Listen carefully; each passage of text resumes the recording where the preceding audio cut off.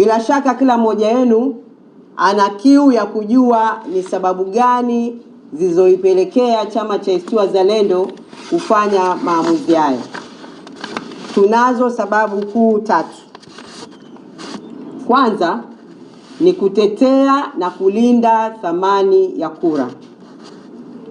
Uzoefu wa serikali za mitaa, uchaguzi uliofanyika mwaka 2019, uchaguzi mkuu uliofanyika mwaka 2020, uchaguzi wa serikali za mitaa uliofanyika mwaka 2024 unaonesha kuwa thamani ya kura imepotea.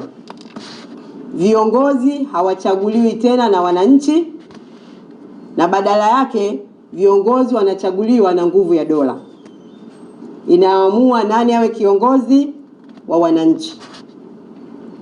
Haya ni mapinduzi dhidi ya haki ya raia ya kuchagua viongozi.